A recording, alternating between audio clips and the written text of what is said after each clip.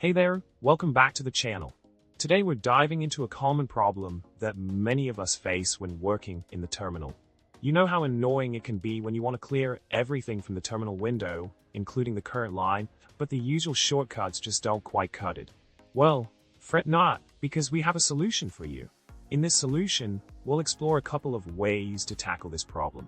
The first option is to bind the escape sequence \E2J\E3J to your bash key binding, which will clear your screen and scroll back. Then, it will execute the Unix line discard command, effectively clearing the current line as well. The second option involves setting cmd+k in your terminal settings to send a key sequence that calls clear display in Unix line discard.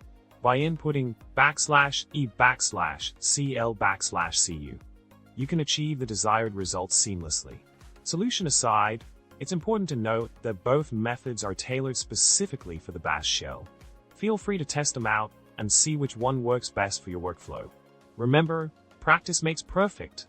In summary, we've tackled the age-old problem of clearing everything from the terminal window, including the current line, in a simple and efficient manner.